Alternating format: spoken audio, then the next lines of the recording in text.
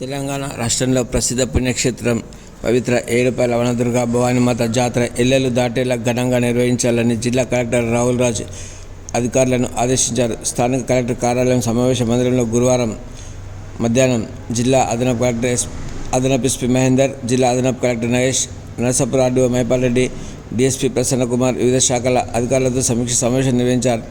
ఈ సందర్భంగా కలెక్టర్ రాహుల్ రాజ్ మాట్లాడుతూ పవిత్ర ఏడుపాయల వనదుర్గ భవానీమాత జాతర ఘనంగా నిర్వహించాలని, జాతరలో భక్తులకు ఎలాంటి ఇబ్బందులు లేకుండా చూడాలని, పార్కింగ్, విద్యుత్, తాగునీరు, బార్కెట్స్లను ఏర్పాటు చేయాలన్నారు. జాతర పరిసరాలు పరిశుభ్రంగా ఉంచాలని, మరుగుదొడ్లు, చెత్త సేకరణ, బ్లీచింగ్ పౌడర్, దోమల నివారణ, ఫ్లాగింగ్ వంటి ఎప్పటికప్పుడు నిర్వహించాలన్నారు. వివిధ సైన్ బోర్డులు, అంబులెన్స్, మందులు, అంటువ్యాధులు రాకుండా చర్యలు, కోవిడ్-19కి ముందస్తు చర్యలు చేపట్టాలన్నారు. రవాణా, బస్సులు, వాహనాలు, గజయితగాలు, అన్ని చోట్ల సీసీ కెమెరాలు, పోలీస్ కంట్రోల్ రూమ్, వివిధ స్టాల్స్ పకడ్బందీగా దర్శనానికి క్యూలైన ఏర్పాట్లు, అగ్ని ప్రమాదాల నివారణకు అగ్నిమాపక యంత్రాలు, స్వయం సహాయక మహిళల ఉత్పత్తుల కోసం ప్రత్యేక స్టాల్స్ ఏర్పాటు చేసి భక్తులను అన్ని సౌకర్యాలు కల్పించాలన్నారు.